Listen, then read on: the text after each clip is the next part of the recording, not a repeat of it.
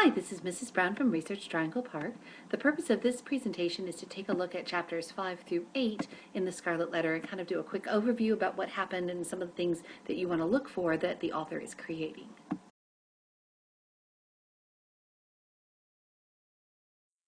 Now, chapter 5 is titled Hester at Her Needle, which sounds like this lovely portrait of quiet feminine womanhood just over there sewing away, but we're really following Hester Prynne as she leaves the jail cell. And she finds, ironically, that leaving jail is almost worse.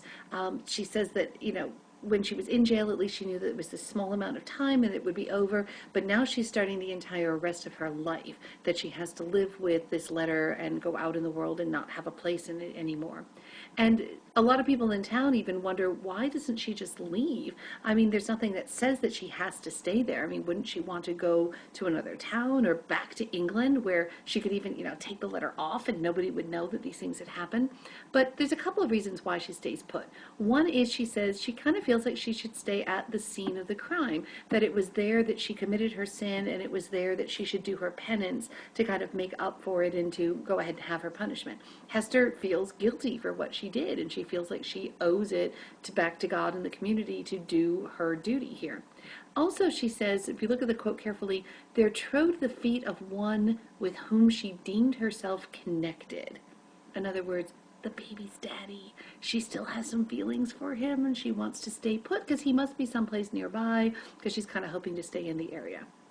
And we find out that her needlework starts to become a real source of income for her. And even though it's considered to be from an impure source, these Puritans are not above letting themselves get all dressed up. And the embroidery that she does and the decorations that she does for gloves and hats and shawls and gowns, even christening gowns and things for babies and children become very much in demand. She's always got work to do. Although they do say there's one thing that she does not do, and that's wedding dresses or bridal veils, because the idea is that she herself is a fallen woman and would be inappropriate for her to make the outfit that a virgin bride would be wearing to go into her wedding.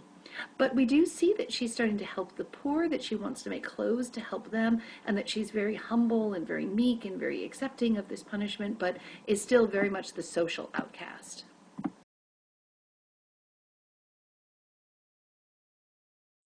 I mean, continuing with the social outcast bit, this letter is actually doing its job. It causes her pain all the time.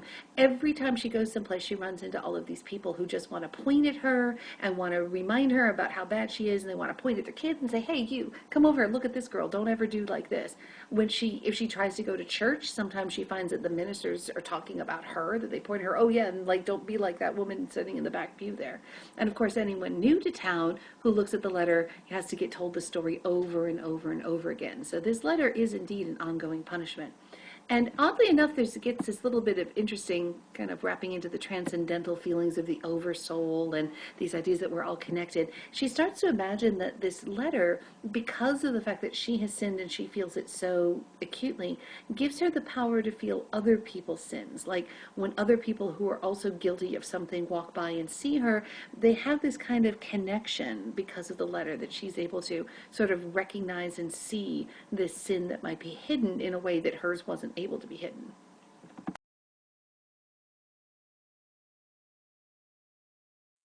Now, chapter 6 is all about Pearl. So we have this ongoing descriptions of what Pearl looks like. And we're told, first of all, that she is this beautiful child, absolutely stunningly gorgeous, not unlike Hester herself, duh. And we're told a little bit about her name. She's named after the parable from Matthew, where we're told that this man went out and sold absolutely everything that he owned for this one perfect pearl in order to possess it. And Hester says that this pearl, this baby, she gave up everything that she might have had in order to have this moment with the father and to have this baby. So this pearl becomes like this living embodiment of everything that Hester has given up. And Hester kind of worries that, this baby was conceived out of wedlock, that maybe the baby itself might be evil somehow, that at the baby's conception, since it was the wrong thing, that the child itself will be wrong.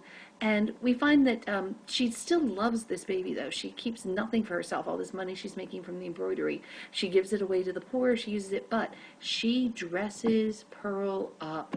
She makes these outrageously beautiful clothes from these rich fabrics and spends all this time decorating and embroidering them, and keeps Pearl in particular in red. And Pearl becomes, and you're going to hear this over and over and over, a living version of the scarlet letter A.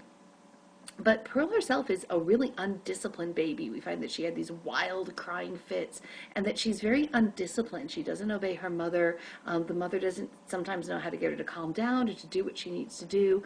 And that the baby, now heading into be like a 2 to 3 year old toddler, is like the mother also an outcast, that the other children point at her and throw things at her, and she's unchristened. She has not been welcomed into the church's society as well. So we have this ongoing story now of these two women, the mother and child, sort of living on the outskirts of the community physically and emotionally and obviously socially.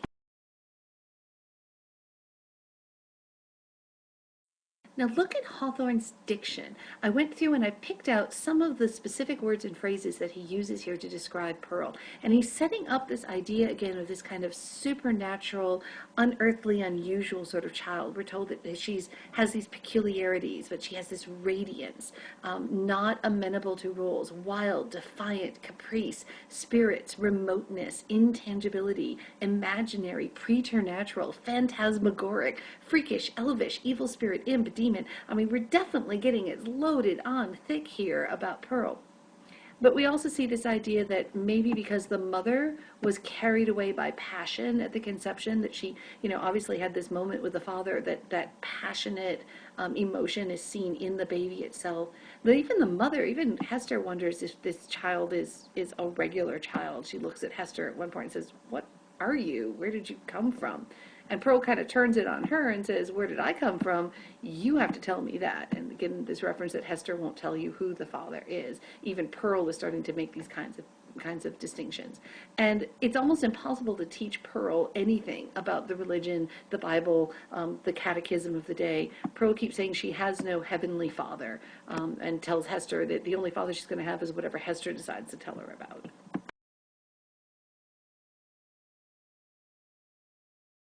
Now, chapter 7 is the first time we see Pearl, or Hester, and Pearl actually, go out and about in the world, and it's called the Governor's Hall. And Hester kind of trots off to the Governor's Hall with a couple of different purposes. She's got this pair of gloves that she's made and she's embroidered, and she's got to give those to the governor. But she's also been hearing these rumors that they may take Pearl away from her. And there's actually two thoughts in the town. One is that if Pearl is a demon baby, if Pearl really is some satanic imp, that Hester is even more danger than she was before, and that maybe the baby needs to be taken away so that Hester can stay pure and still have a hope of redemption in heaven. And the other reverse is true, is that Pearl is a normal child.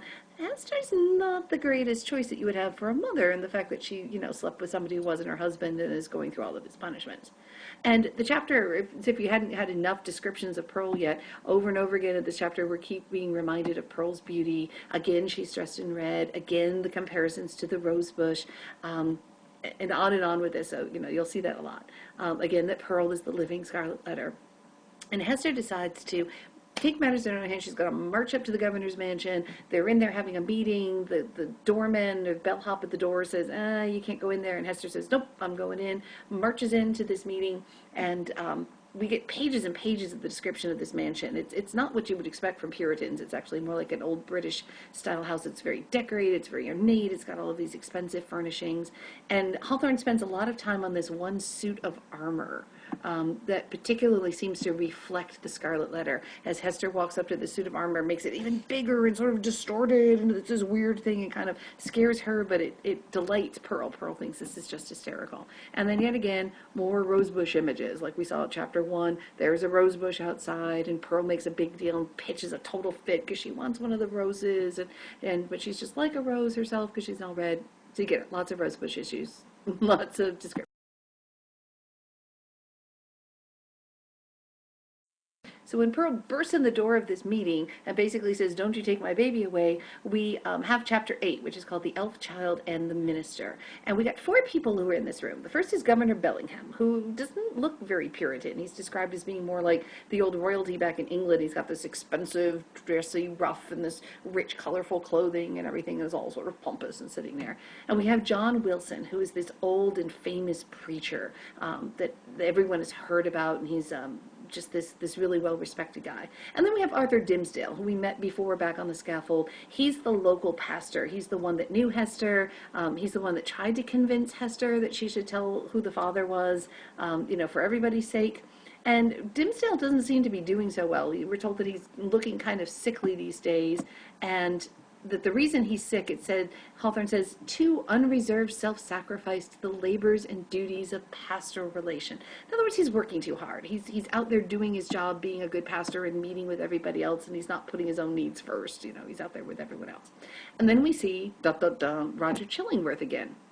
Remember, he's Hester's husband. She swore to secrecy. She wouldn't tell anyone who he is. And that we've got about 3 years have gone by now, and he's gotten himself set up as basically the town doctor. He's become friends with all these people. He's hanging out with Reverend Dimmesdale. And the same way that Dimmesdale is described as having gotten kind of sick here, he also, Chillingworth, seems to have gotten even older and uglier and darker, and Hester's even more repulsed by him.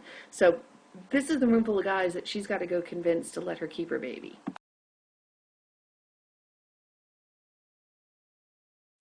Now, at first, all of the men seem absolutely charmed by Pearl. They call her all sorts of names, and she's all cute and running around and being sort of sassy, and they say she's Lord of Misrule. And again, more bird imagery. They keep comparing her to be like this exotic bird with its feathers that's flown in through the window there. And but at the same time, she's not answering their questions. They want to find out if she's being brought up in a proper household, and so they ask her questions about, who made you, who's your heavenly father, and Pearl just goes on a fit the way kids do sometimes. And decides herself, she's not going to answer any questions. And then she starts giving out these wild answers. She said she wasn't made by God, she was plucked by a rose bush, and things that are making the men go, oh, this is not good, and you need to get back to a church family here. But Hester continues to say that she is the best mom for Pearl. She says, I've learned my lessons. If you're worried about Pearl and this child going wild, I'm the best example to her, and I will be this lesson for her because I've already learned it myself, so I'm the best mom.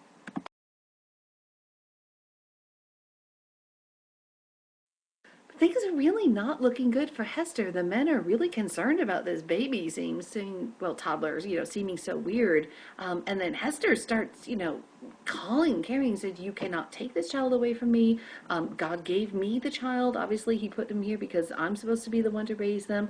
That she is the only thing that I have that makes me happy on earth. And she's also part of my punishment because she's so hard to deal with all the time. And she turns and calls on Reverend Dimmesdale. And she said, hey, you're young, you're compassionate. You know me. You are my pastor. I'm going to claim a mother's rights. You cannot separate, one of the most sacred bonds. You cannot separate the mother from the child, or take the child away from the mom.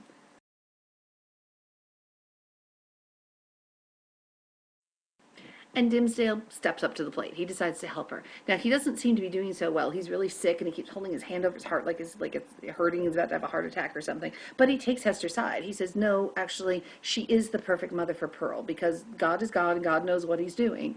And that Pearl is meant to be a blessing to Hester because she has a baby, somebody to take care of, but is also, and here again, look at the diction that Hawthorne uses, pang, sting, retribution, ever-recurring agony.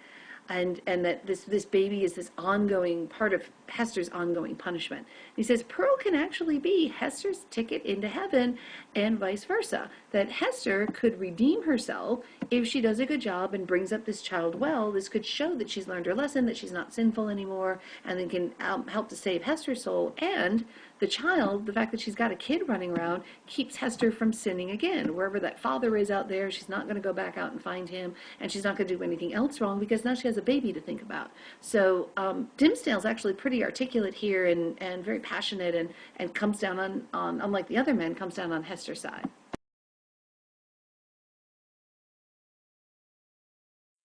The guys kind of mull this over a little bit. They sort of sit there and say, I don't know, and they go around. And Pearl seems particularly charmed by Dimmesdale. When he starts defending Hester, she goes over and she's so gentle and she lays her head down on him. And Hester even looks at her like, are you my kid? Because I don't see you ever being that sweet with me. But Chillingworth keeps looking at Pearl and looking, and he turns to the other guys and says, should it remind you of anyone? Like, you remember Chillingworth is still kind of out to guess who the father is, and they're trying to see if, as the baby gets older, if maybe she'll start looking like someone, and that will help reveal the father. And Mr. Wilson says, you know what, we should really just leave this alone. This child obviously has no father here on earth who's willing to claim her, and now it's all of our duties. We are all men here. We have to be show a father's kindness towards this poor fatherless child.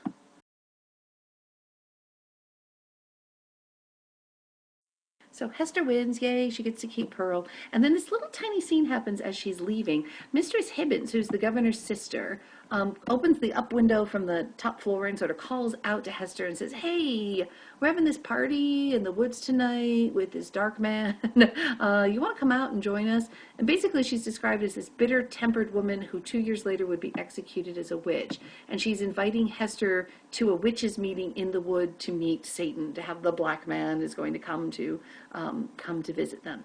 And Hester, says thanks but no thanks, and says that even at this moment the child has saved her, because Hester said, you know what?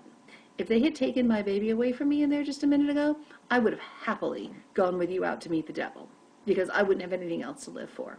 And so we're seeing again that even now the child is saving Hester from falling back into some sort of a sinful life. But the fact that this so-called witch is living in the governor's mansion and is the governor's own sister and is so openly declaring this, again, underscores what Hawthorne's trying to tell you a little bit about the hypocrisy of this town, that they punish Hester for her sin because her sin was visible, but they have all of these hidden sins and problems that they're all having to deal with.